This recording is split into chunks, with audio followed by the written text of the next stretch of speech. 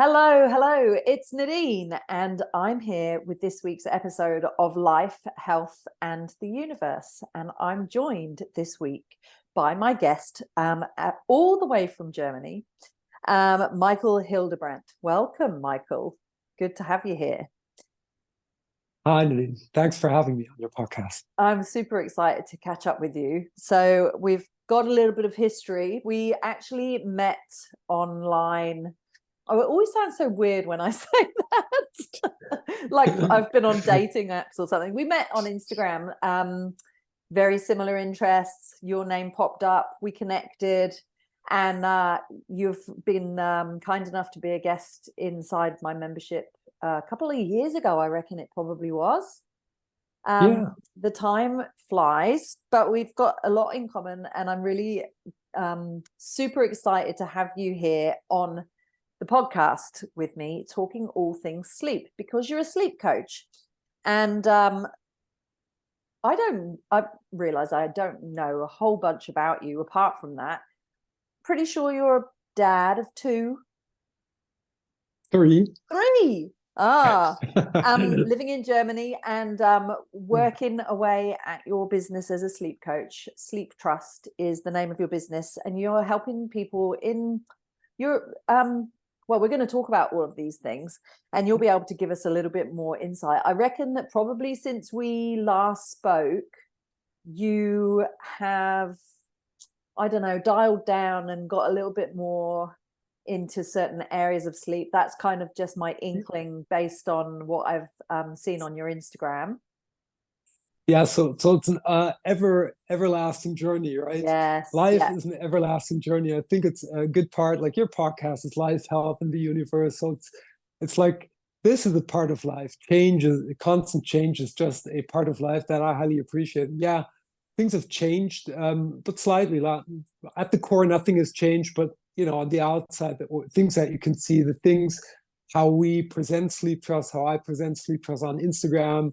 These things change. The coaching, not so much. Like the core of the coaching is still the same. Like it's 9 steps that I guide people through, and maybe we're going to have a chat about that later on.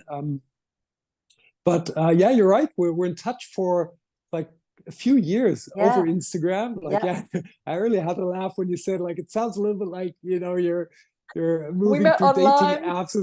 Yeah, we met online. Yeah, it's just, but that's how it works, and that's like the beautiful side of the internet. Like, there's a lot of things where you could argue it's probably not so good for society, but the connecting people, bringing people together, like-minded people like you and me, over the universe. That's the thing I highly appreciate. And I will have to admit, Nadine, I was not aware, and I know, I follow you and I see a lot of things, but I was not really aware that you actually host a podcast until you reached out. So I'm really happy to be on it. Thanks so much again for having me here. Yeah, I'm really looking forward to getting stuck into our conversation. And I have had a podcast, but I've become I don't know. The truth is that social media just started getting a little bit too wasn't getting into it, right? And so I've kind of I've backed away from it a lot, and I really do the bare bones when it comes to the podcast. I record the podcast, I do a little bit of sound bites and tell people what's coming up, but I don't spend a whole bunch of other time on social media at the moment. It wasn't good for my brain. And I really admire people who can hang in there, because I just found it a little bit too tricky. But we are still connected, and I have seen, it looks like your business is evolving and growing, which is great. And you've got a good following, and you're getting the message out there, and that's what this is all about. Because, as you said, the great thing about social media and the internet is that we can connect with like-minded people. I love your approach to all of the things about sleep. I'm a mad sleep fan. I always have been, and it's so good that there is some momentum building when it comes to people realizing the importance of getting a good night's sleep. Right? That's true. It took a while, but I completely agree that there is momentum going. Like sleep is omnipresent. Like you can have it over all kinds of media, not only in social media, on TV, documentaries, news, even. Like the importance of sleep is like highly highlighted nowadays. I'm not 100% convinced that the people do the right things only because they know that it's important, but that's a different part of the story, right? At least the awareness is there now. Yeah. I think it's really interesting that, like, intuitively we know, right? You have a good night's sleep and you talk about it, right? You go, oh my God, you tell people, I had such a good night's sleep last night, or I slept really badly. Like, we know that these things, like, we know it's good for us and how good we feel, but we are forever sacrificing our sleep to fit more into our days. Yeah, I think it's like partly there are a lot of reasons for this, Nadine, right? So if you look at business owners, business professionals, managers, all that kind of range of people, like I think a lot of these people still believe they know that sleep is important, but I think they believe just because it's painful, like this, I need to move through the pain because it's painful, it's also productive. And that's simply not true. Like, if we're honest to ourselves and we really start to measure the things that we do, or take a different perspective on them and see, okay, what am I really getting done? Like after one of these awesome nights of sleep where I know, oh my God, like I feel incredible. Like I get up, I have all of this energy, I show up, like people are reacting to me accordingly because now I'm like in a friendly, very tranquil mode of doing the things I do. So what do I get done on those days, like productivity wise, and what do I get done on other days where I'm just working, like I'm pushing myself hard. Okay, I can be proud of myself that I did that. I would agree to that, but what do I honestly get done? I think that's kind of the mismatch that a lot of these business professionals have going on, that they still do not really believe that they really get more done when they give themselves that hour or two more of sleep. Yeah. And are you still working with business people specifically? Because I know that when we spoke previously, that was like a big part of what you did, was like teaching people that sleep is important for productivity, and it can actually help with work performance if you are getting a good night's sleep. Are you still doing that with your the people that you coach? Yeah, the coaching is like the sleep coaching. People from all different kinds of areas have problems with their sleep, right? So it's not specifically broken down to business professionals. I love to work with business professionals because it's just where I'm coming from. Like I used to do performance coaching and rather was harsh to myself before I had my own issues with sleep years ago. So that's kind of why I still have a preference to work with these people also, because typically, and that's not a rule, but typically they're more committed. And it's easier to work with people that are committed to do the things they need to do. Like if you have a chat with a business professional and he or she gets what's going on and you agree on certain things, they're higher likely to follow through. Or at least be honest if they don't, say, okay, like let's recommit and try something else, whatever. So and that makes it easier for me to do my work, because I can literally not help people if they're not willing to put the effort into into what needs to be done, right? Yeah. I had some things coming off the top of my head, and I have to say, tonight, so because of our time difference, you're in the AM and I'm in the PM, and I got my times mixed up, right, because of our clocks changing. And so this is normally around the time I start shutting down and going to bed. So if I lose track of what I'm saying,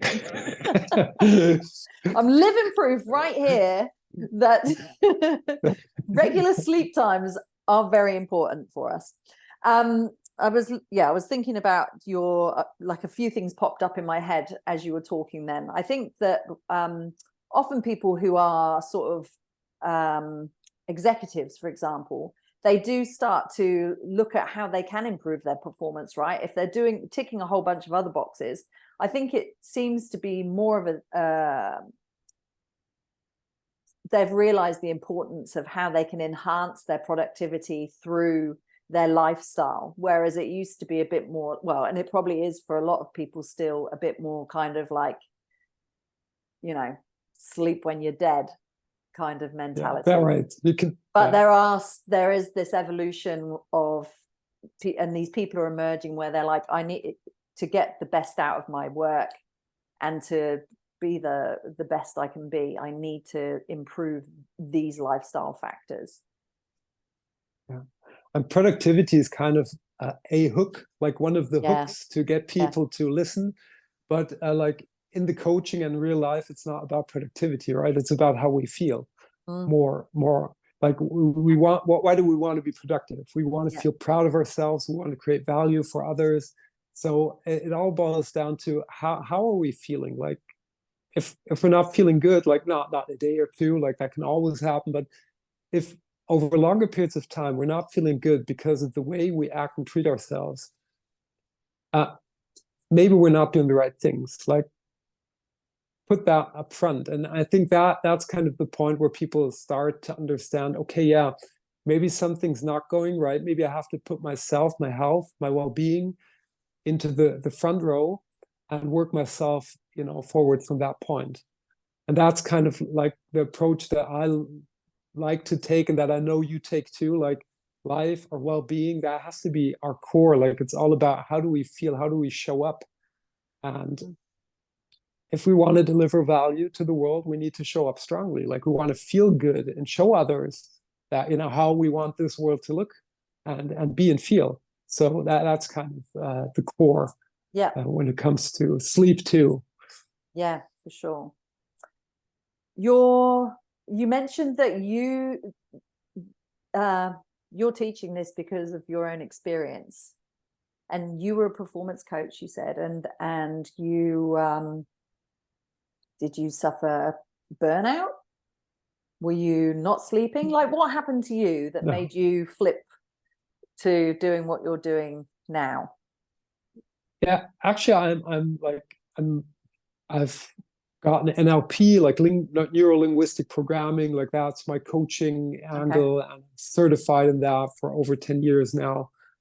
And that's kind of a bunch of tools that we can use to optimize our behavior, our performance when it comes to business, also how to connect with people and ourselves. Like essentially always starts with ourselves, right? So I was doing that, and at some point I got hit with a slip disc, which I had one when I was in my younger years, but this time it was so painful. Like I literally, I thought like I was really desperate. Like I went to the doctors and they, suggested surgery, or they literally couldn't do anything for me. I didn't want to get that surgery. I thought, no, it's the very last thing I'm going to do. I'm too young. There can, too much, many things can go wrong if you get, that surgery on your back. So I ended up like literally, I was living on the floor of our living room here, like because the sofa, it was just not pain-wise, it was not possible. When I went to bed, I knew like I might be able to slip asleep for 2 to 3 hours, and then I woke up with like this, like I was measuring my pain, like from 0 to 10, and there were quite a few days where it was 10. Like it's like a pain you cannot. It's hard to express how, because it goes through your nerves, right? It's like in the middle of your brain, like it runs from your back, or from my back in that time into my brain. It was just like boom, this massive pain, like tooth pain, just coming from the like, and you cannot stop it. So I ended up like walking at 2 a.m. in the morning, going outside, like just for 100 meters, 200, as long as with like little crutches. I was like Wow. Nordic walking sticks, but I used them as crutches. I just didn't want to look completely weird. And yeah. So and after time of just getting like 2 to 3 hours of sleep a night, it was like just devastating. So I worked on my physiology and tried to. There was not too much thing you can do with that pain.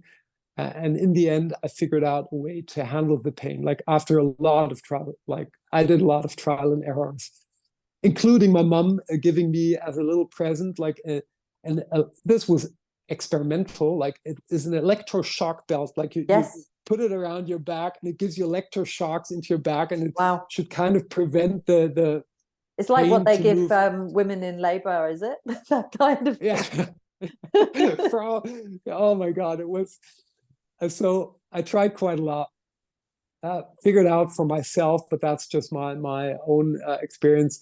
What helped me to move through the painful nights was meditation, actually, and it was a meditation what was so mind opening because it was a guided meditation that moved me into my pain. Like rather than trying to ignore it or something, moved into the pain, Wow. came up with like the faces of pain and whatever, and this ritual of moving into the pain really helped me to fall asleep again.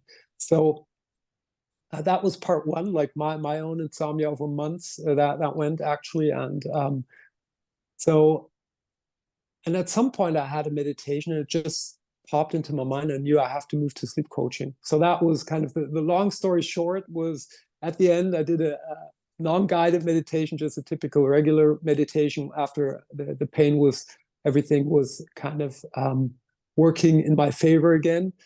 And it just popped into my mind. I said, yeah, you need to do that. And I did a little bit of research, saw like that it was an epidemic problem, which I was not aware of till then. And I started to read one book after another, like about sleep, and kind of combined it with the things that I know we need to have in place through my coaching practices to be able to implement the things. Sure. Because if you look at sleep tips, there's not a lack of sleep tips. You can Google, you can ask ChatGPT, you can ask a doctor, a coach, whatever. You will get like a bunch of sleep tips. Some might be better for you, some might be not as good. But like 80% of success is to have other things in place which are lacking and which doctors do not do, typically don't have the time to do so, which not all coaches do, which you're going to have a hard time to find on Google or how to do that because you're just going to get a sleep tip. So, and I kind of built that into the coaching structure, like figuring out what to do, but in particular, setting up a system that people will really be able to implement these things and know if they're working for them or not.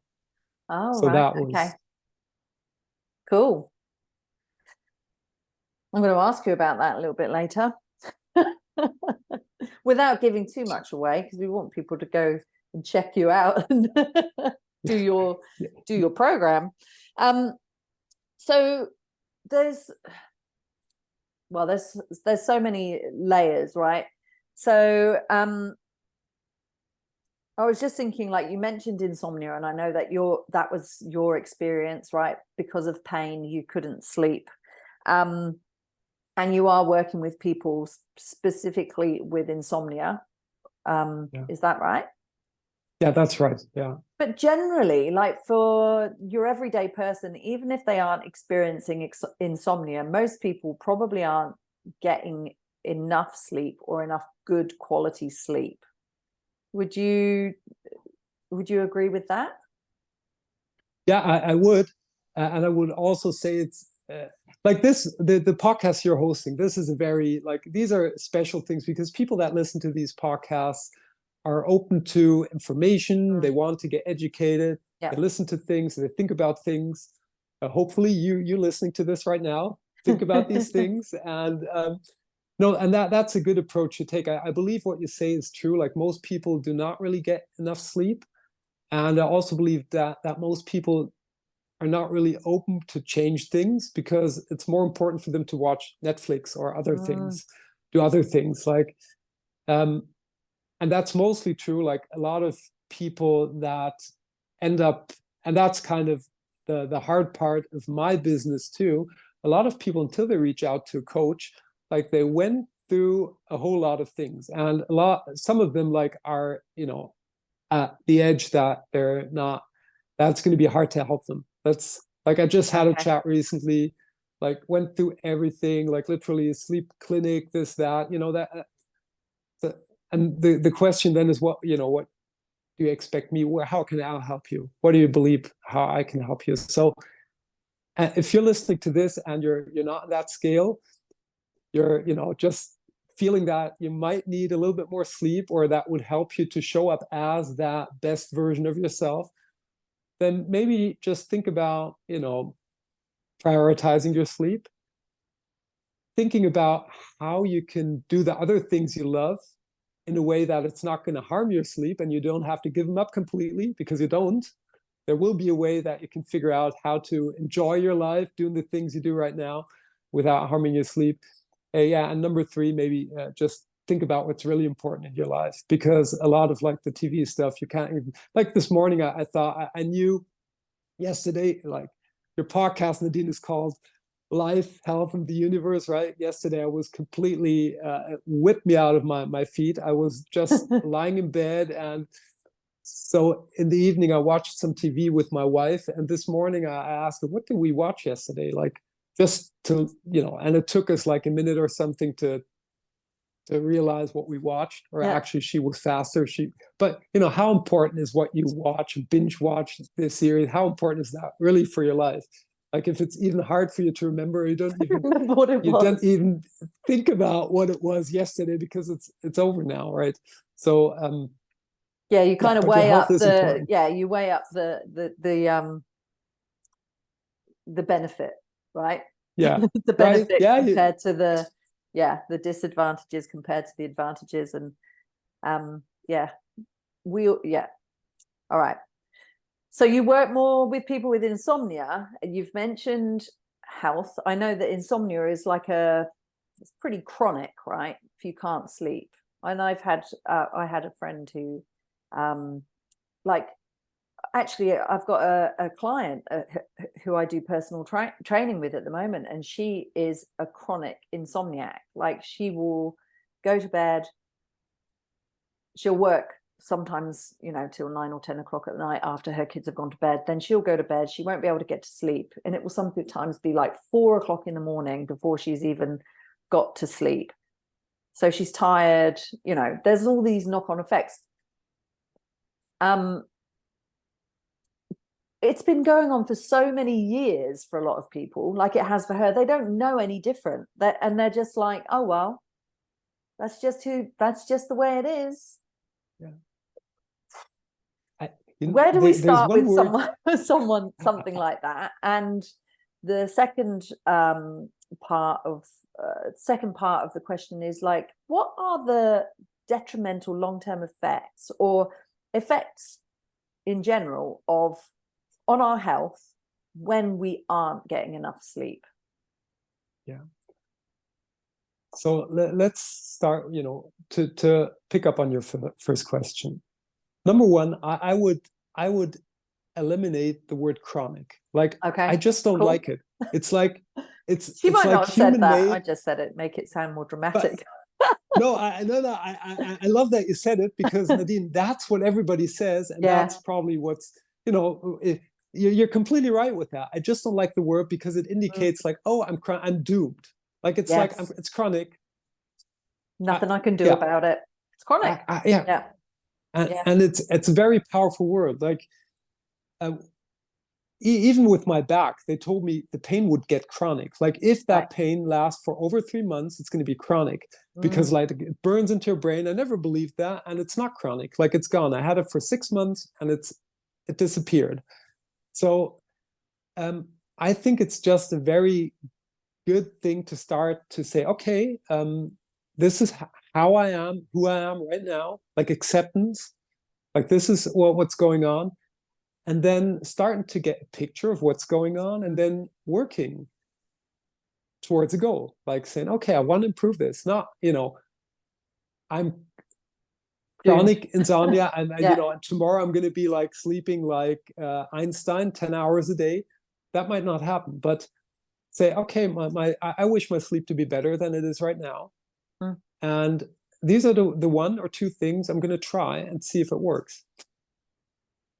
And opening that, I think that's a very good approach to see progress. Not saying something's wrong with me. It's not. Like you are as you are, and there's a reason for that. Things are happening as they are right now. You might not need as much sleep as others. That can be true too, but you would feel that. Like if you feel exhausted the entire day and fatigued, that's probably not the case. Like, and then you need to dive in. Okay, what's the root cause of it? Like, is it my mind? Is it like something emotionally challenging going on? Do I feel stressed? What thoughts are popping up at nighttime? Is it pain? Is it like something to do with my physical condition? Am I not, nurturing my body in the right way? Like there are a lot of aspects we could look into, but it all starts with accepting where we are and having a goal to improve and believing that that can be the case. And that's super hard if we think we've got something chronically, because everybody chronic means you're doomed. Like, it's chronic, right? Yeah. And I think that sometimes like it can be a bit of for someone like that who has experienced more poor sleep than good sleep, they might have some initial improvements when they do, choose a couple of things. Like they might, okay, I'm going to turn off my computer earlier, or I'm going to do some meditation, and they might get some good outcomes. But then they might also, it might be like 2 steps forward, 1 step back, and could be easy to fall back into that, oh, that's who I am, here I go again kind of mentality. That's why they need a sleep coach. That is true. That helps, because I'm going to keep them accountable for sure. And also, like, I'm going to show them, typically you need to measure the things that you're doing, like, because our brains trick us constantly. And it's even worse. What you just said is kind of a common thing too. Like people test something and they have, this great experience. Oh my God, now I slept 8 hours. I didn't do that for like a year. This is cool. And then they fall back because like there's a false expectation that will work like every single day from now on, just because I did a meditation once. And that's just not how life works, right? Yeah. So you need to stick to things and give them some time to work out. And that's sometimes even worse than if it doesn't work at all, because then now people get frustrated and devastated, think they're stuck. And so, yeah, that's that. But you had a second part to your question, right? Which was, what's the long-term effect, or the effect even the short term? On our health specifically. So on our health, like sleep is probably like Matthew Walker is a well-known sleep expert and the author of Why We Sleep. Like he calls, and this is, I can't get tired to kind of rephrase him on this one, like sleep is not a pillar of health. Like we have eat, move, sleep, right? The pillars of health. I would add breathe. So he says it's the foundation. It's the foundation upon which all other pillars stand. And it's true. Like if you think about your eating, like if you don't sleep enough, your leptin and ghrelin levels are out of whack, which are the hormones that regulate our appetite, right? If we're hungry or not. And it leads to our brains craving for sweets, like for sugary energy, and for all that unhealthy stuff. So if you think about having a healthy nutrition, like, and not getting enough sleep, it's going to make it harder. It's possible, but it's going to make it harder because your body will crave for things that are just not good for you in the long term. If you look at like melatonin, all of these hormones that move up and down, which is connected to serotonin, like all of these things can have a severe impact on how we feel, right? We know that if we have one night of really bad sleep, our amygdala is lit up to 60% more. And the amygdala in our brain is responsible for our fight or flight reactions. So if you think like, your kid, if you're a parent, your kid says something to you and you're like, rah, yeah, okay, now you know why. Like you're just not in that quiet, tranquil mood. Or if you're a business professional and you're moving along with your team, or your boss, and you feel like somebody offended you, and that might not have necessarily been the case.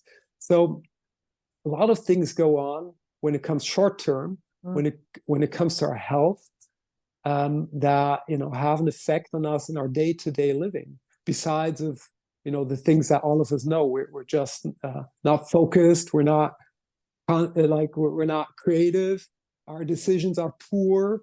The decisions we make. So anything we need to really show up strong is diminished, and we're operating from a lower level, and that's like the short-term effect. And long-term, we know that if you get 5 hours of sleep only, like if you're not one of these special people that have a modified DEC2 gene and gets along they're the with people who there's what, less than 1% of the population or something. Yeah.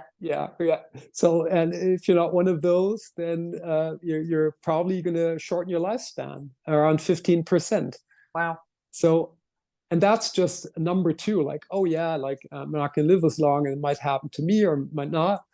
But you don't die because you've been so healthy before. So before you die, there's a story to that, right? I love that. And it's just like, if you look at all of these facts, it's just not worth it. Like I think enjoying sleep, as you open up this call, and like to really feel sleep not as a waste of time, but something that we really deserve to have a good rest. Maybe in our Western culture, not appreciated enough, like dreams. In the Indian culture and other cultures, more appreciated. Also, the Native Americans, I think they have a lot with dreams and these dream catchers and stuff like that. So I think dreaming, appreciating what's going on in our dreams, seeing that as a very essential source of inspiration of what's going on in our lives in the outside, but particularly in the inside too. That can help to make sleep more attractive. Yeah, definitely. What do you think, Nadine? What do you think about dreams? I have to ask you. I'm super. Well, it depends whether you want me to go like esoteric or not. I had some weird dreams last week. Actually, it was like coming up to the full moon, so the light in the room was brighter from the moon, and I had some weird dreams. What did I dream about? I dreamt about loose teeth, and then I had a dream about, I can't remember. It was some kind of animal. Anyway, I googled it to see what the spiritual thing was. I can't remember what it was, but it didn't seem significant.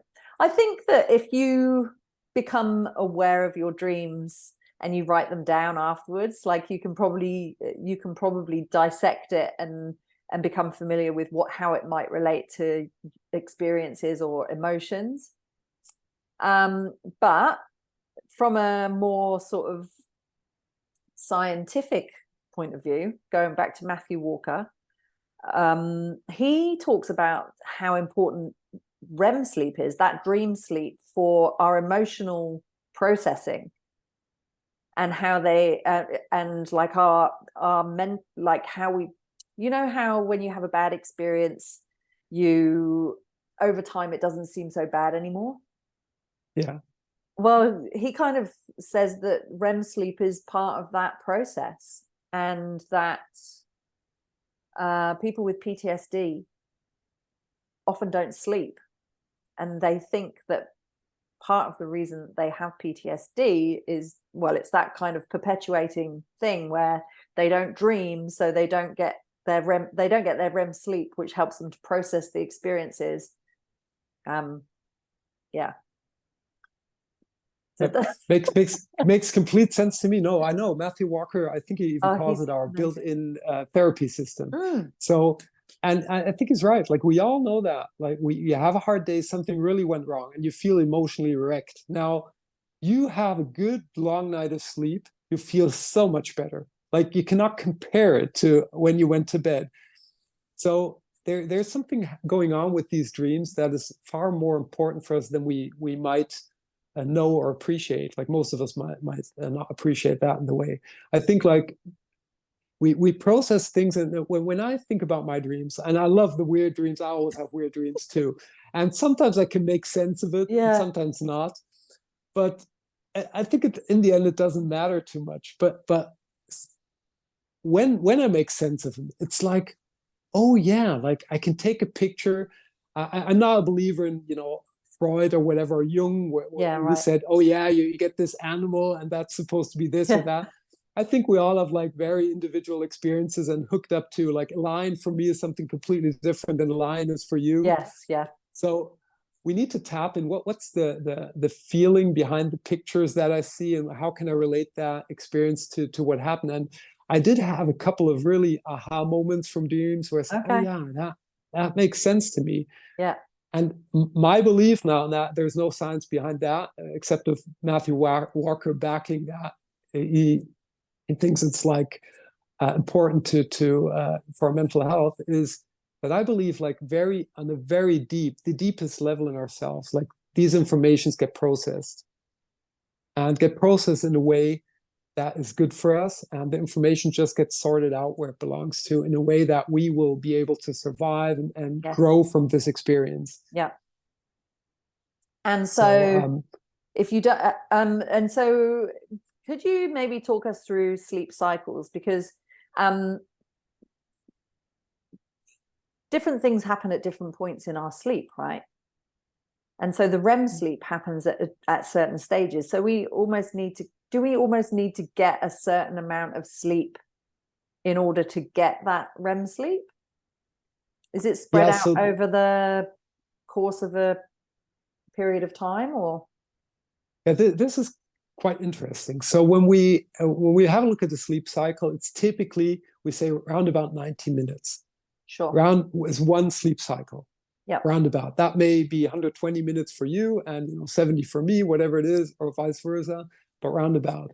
And in one sleep cycle, you get all sleep stages. Like, we typically have light sleep in the beginning, then it moves down, goes to deep sleep at some point, and moves upwards to REM sleep, which is like in the higher edge of light sleep too. So we move downwards and upwards through one of these cycles in one sleep cycle. In deep sleep, like, our brain waves get very, very slow, 0.5 to 4 hertz, like waves a second. That's very slow. Okay. So in this deep sleep, our brain seems to cleanse itself. Like, there seems to be, the poison gets washed out, and information gets transported to deeper areas of our brain too. So that's kind of interesting. Also, human growth hormone gets pushed out into our bodies in deep sleep. So it's a very, very important sleep stage when it comes to our physical health. Sure. Then when we move up, and at some point we're going to arrive at REM sleep. REM sleep, our brain is very active. Like, it's brain waves nearly as if we're awake. Our body's kind of blocked. Like, there's this little switch that just prevents us from living our dreams, right? That's why we're lying in bed. The only muscles that work are the muscles of our eyes. Like, that's why we can see the eyes moving like crazy when somebody's dreaming. And that's like where we process all the information. So now, if we look at those cycles, probably because deep sleep is just very, very important for our physical health, in the first sleep cycles, we experience more deep sleep. Okay. So our body gets recreated, and all of these things happen. And in the latter sleep cycles, we get more REM sleep. Which also means, like, if we're not sleeping enough, our body to a certain degree will get what it needs to survive, at least on the basic level. But you might not just feeling that good. Like, ask yourself if you're one of those people, which I was in the past, like only sleeping 5 hours or 6, if you can, like, when it works for you. It didn't work every night, but ask yourself how you feel afterwards. And that's like typically you get 5 sleep cycles in the night. Like that So would how many be hours is roughly that? 8 hours. 8 hours. That's roughly Yep. 8. Yeah. And typically for a grown-up, you want to get somewhere between 7 and 9 hours. And I would tend to rather say somewhere above 8 hours. And that's hours of sleep, right? Not hours of you being in bed. Yeah. Let's just quickly touch on that, because I have well, so we can go down the little rabbit hole of different devices. I've got an Oura ring. So my Oura ring, for example, last night, I think it said that I was in bed for 9 hours and 4 minutes, but I only had 8 hours sleep. It's a fair bit of movement, and I was kind of aware of that. I don't know what's going on with that at the moment, but I probably wouldn't necessarily say that I felt like I was awake for an hour. How would someone know if they're in bed if they didn't have an Oura ring telling them that they weren't actually getting as much sleep as they thought they were? So in regards to the all of these gadgets, and I cannot test them all. Like I know the Oura ring does a really decent job, and I actually was thinking of getting one too, but I'm using Withings watch. I just love it because it has 30 days of battery life, and that's a thing that comes really handy for me. Yeah. So but what is true for all of these is that they in the end they take educated guesses, right? Yeah. They don't write that on the packaging, but the only way to really measure sleep is if you measure the brain waves, and they all don't do that. So they're taking educated guesses depending on your body movement, your heart rate, all of these things. Body temperature, that sort of thing. Yeah. Body temperatures, oxygen saturation, whatever it is. And then they say, okay, I see these patterns, and odds are that this person has had this amount of light sleep, this amount of deep sleep, REM sleep. So, and I think that's exactly how I would take these numbers. I would take them with a grain of salt. I would see them as a personal number for me. Like if I feel good, like always ask yourself, are you feeling good right now? Yeah. Okay, that's check number 1. Yeah. And then I would just take the number as what it is and see if I'm moving towards a better number or a lower number.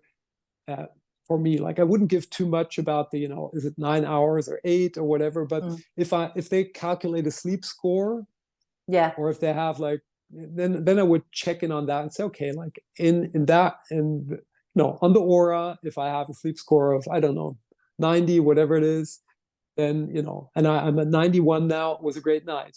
And if I'm moving towards 85, I could think, okay, what did you do yesterday? And I might find something. Like maybe I watched TV too long, or I did something else, or I had a stressful day, whatever. But that's the approach that I would recommend to take. Also helps to not get caught up too much in the data. Some people get really they go really too intense into the data, and nearly like if the watch tells them that they should feel bad, they're going to feel bad. That's not the way it should work. Like you should observe the data. Yeah, totally. It's like, how do you cool actually feel? Yeah. Yeah. Yeah, totally. Cool. So yeah, they're kind of handy. I do like my Oura ring. But I didn't wear it for a few weeks ago, and it was kind of nice to just go, yeah, you know what? I feel all right. And I don't need to necessarily look at the app. It becomes more of a habit to look at it when I first get up in the morning. But I was just curious about that. Being in bed for a certain amount of time doesn't necessarily mean that you're asleep for that time. Because it always takes a couple of minutes until you fall asleep, and it always takes a couple of minutes until you get up. Tell me, okay, so here's the thing. Here's a question for you.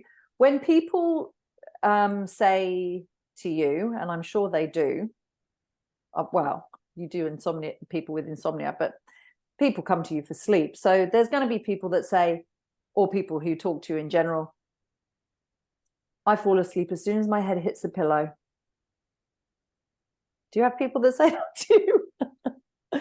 What do you? Some because people, that's not actually. We're not supposed to fall asleep as soon as our head hits the pillow, are we? Well, there's a lot of there's a lot of information around that too. Okay. Like some people say, if it would say if if you fall asleep as soon as your head hits the pillow, you're too exhausted, and that should not happen. Like you should go to bed earlier, whatever. Yeah. I think it's I always take, if you look at all of the studies, Nadine, like I can find a study backing up literally anything I would say about sleep here. Yeah. You Like, just put in the right words into Google and you'll find exactly what you want to support your argument. and that's the matter of the fact. So the problem is how to handle this. And my approach is always to rather say, okay, where are you standing right now? What's working good, what isn't, and figure out, what really needs to be changed. Particular, I would not tell somebody just because he or she falls asleep fast that that's a bad thing. Yeah, sure. I wouldn't go that far. Yeah, so, you've got to kind of delve a little bit deeper and find out what's going on in all areas. Right. Like, cool. And if there's something that indicates that there should be a change before they go to bed, that might be a thing to tackle. But like these easy truths are mostly not as simple. Yeah, sure. Okay, here's another one. I'm just going to throw a few questions at you. Alcohol and sleep. And not a good idea either. Like it's very intriguing for a lot of people, especially when they're stressed, like to have a glass of beer, wine, whatever it is, alcohol to fall asleep faster, which will work. But it's also, and people would not argue with that, it diminishes sleep quality. That's true for everybody. Even for me, I enjoy my wine too on particular Friday evenings or Saturdays, whatever. But it's not good for your sleep quality. And it also messes up with our dream sleep. So it kind of prevents us blocks the REM sleep to a certain degree. So it's not good, no. So if you hear someone, I guess, who sort of says that they have experienced anxiety, just an example, and maybe they have a drink in the evening, so their sleep, they don't experience their REM sleep, and then they feel anxious the next day. Yeah, that could be because they haven't had that part of their sleep.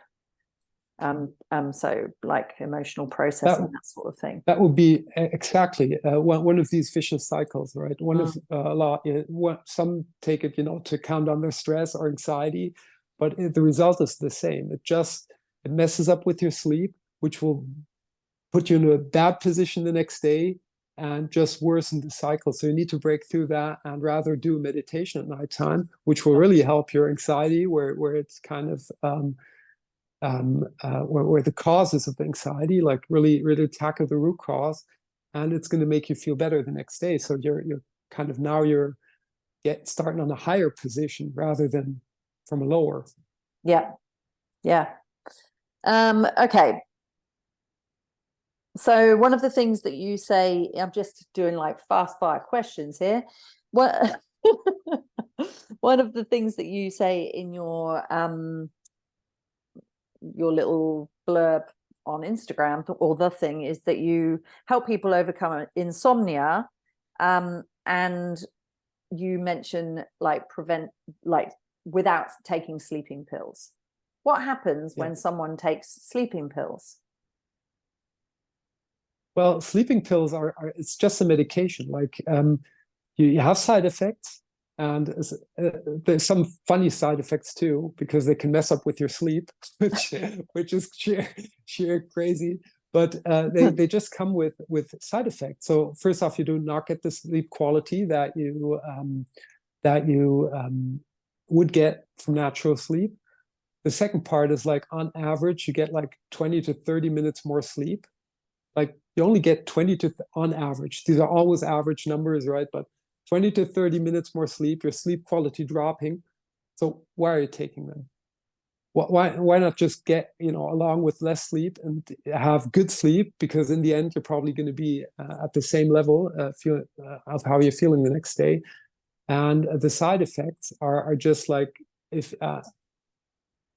they're just massive if you take them over time. So why would you do that if they don't really help you? I will say there are cases where it's necessary to take them, but a lot of cases doctors just prescribe them because they're not educated around sleep. It's a very simple way to get get Move some to the next patient. Yeah, to help somebody quickly and move to the next patient. So it's just a thing to consider. Like if you have severe insomnia, there might be a good case to take them for a certain period of time. If you have a doctor or a psychiatrist that prescribes them to you, and you kind of have a plan, sure, how this will work. But most people don't have a plan. Like they get a prescription, and then the doctor doesn't want to prescribe them again, or some doctors just prescribe them over and over. Like there's no plan. It's just like, okay, here's the medication. And that's a thing where I want people to know, like, you should try other things before you think that you're doomed to take sleeping pills. And if you take them, you should at least be sure that you feel better when you take them. And that means like measuring what you're doing and what effect it's having on your sleep, your work, and your well-being. Yeah. We're getting close to the end of our hour, and it passed my bedtime. I'm trying to set a good example here. What are some of the if you had a new client that came to you, I'm not sure how you work, whether you do more group programs now or whether you do one-on-one, but do you have like a bunch of questions that you ask someone? Like, would you say, how much sleep are you getting? How do you feel when you wake up?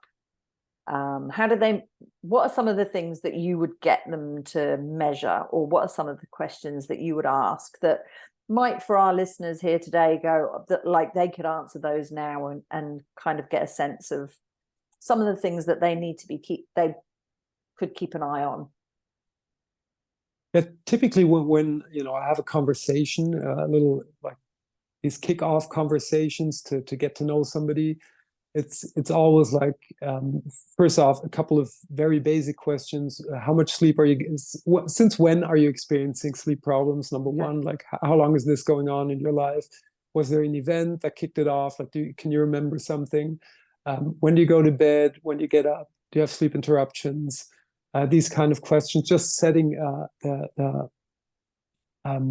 laying out the thing, how it is in their life. And then I just let them share their personal story with me, like, because I don't know what's going on in your life, right? You have to share that with me so that I can understand, okay, where are you coming from? That will give me a good feeling in the very first session, like, okay, is this a critical part that, this head is hitting the pillow and it's falling asleep right away, or is it not? Like, is there something else we need to check in on?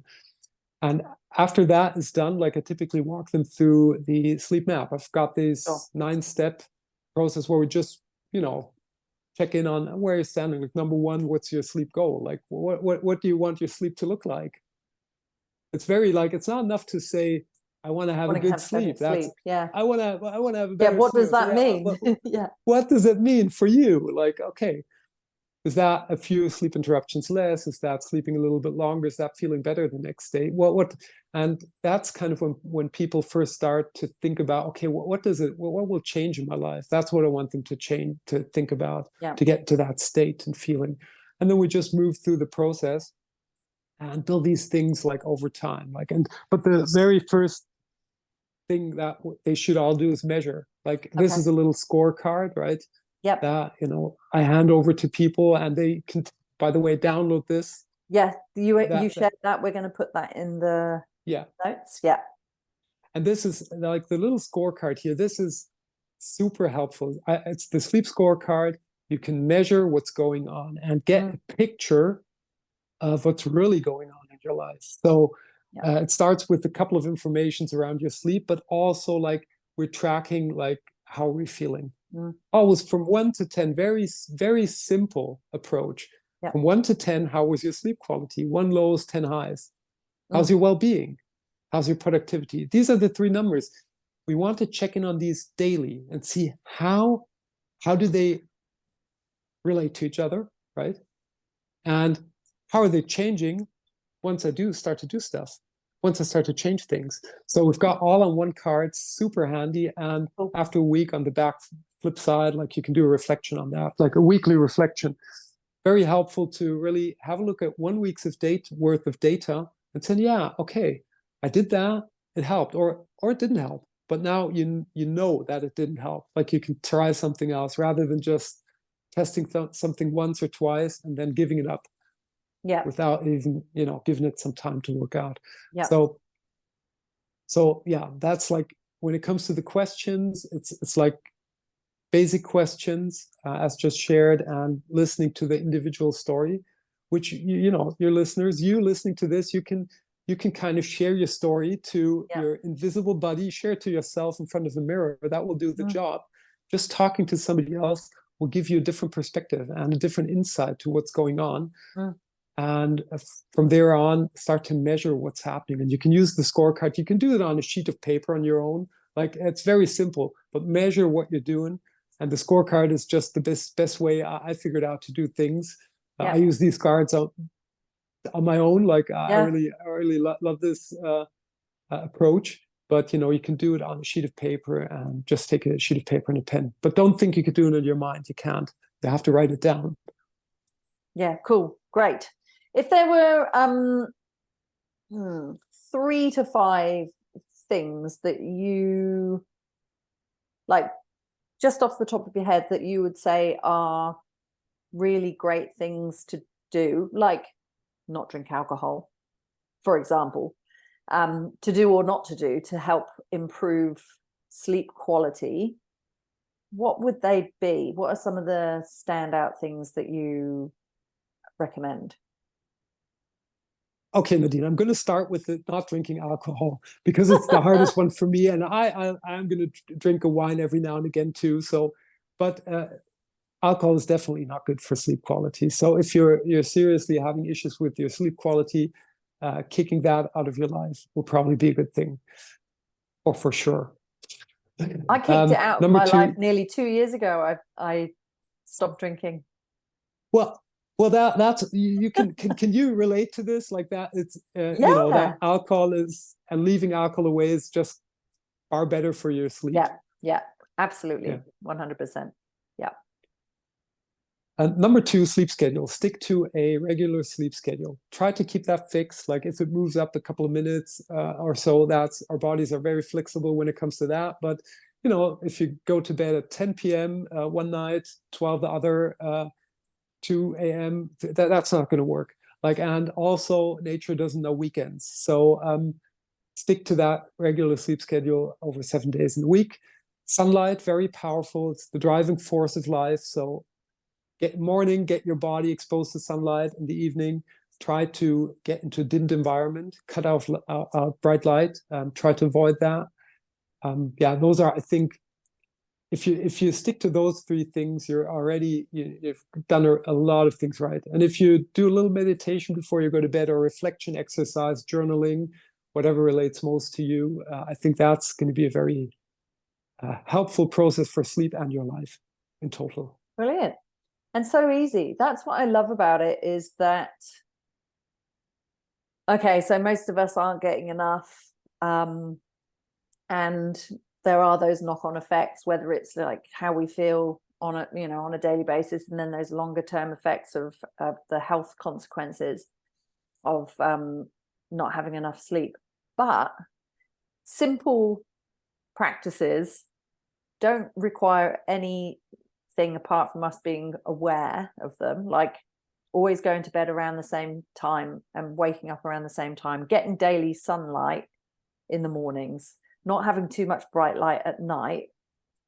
They're all things that we can do. And the thing that I love, especially when it comes to sleep, is you do that for one night and you feel the difference, right? Our bodies are like, very grateful to us when we have those, when we do those things. And so yes, there are knock-on effects if we don't get good sleep over a period of time, but when we start doing those simple practices consistently, regularly, our body's going to thank us, and those those things are just going to make us feel better and better. The better it gets, the better it gets. The better it gets, the better it gets. Exactly. And that's just how it works. That's true. Yeah. And luckily, like God, or I don't know if you believe in God or not, but you know, the universe, whatever. The universe, like, yeah. The universe didn't say you need to pay or do something complicated to sleep. It demands it from us. So we just need to follow the basic rhythm again. And that can be a little bit tricky, but in the end, the simple things work. Like simple things work. And a coach. And a coach, yeah, sure. Because simple things work easier if you have somebody that guides you through and is there on your bad days. Yes, exactly. And someone just to talk it through with, and someone who might pick up on things that you may not have. Yeah, I've got a bunch of like I think, Nadine, the big advantage of having a coach, beside of, you know, setting up all of the habitual things to create habits and having like a clear goal in these things and setting that up in a consistent way, is that I have a bunch of ideas how we can implement the things that relate to you. Like, okay, well, you know, what is it like calming down in the evening before you go to bed? Which meditation might be a good fit for you? Or is it something else? Like, that's going to be much easier for me to do with you together than if you, you know, trying to muddle through on your own. Yeah.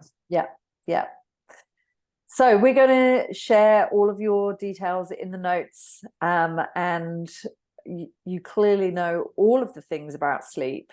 And so for anyone who is interested in finding out more about sleep, you've definitely got a whole bunch of great information on your Instagram page.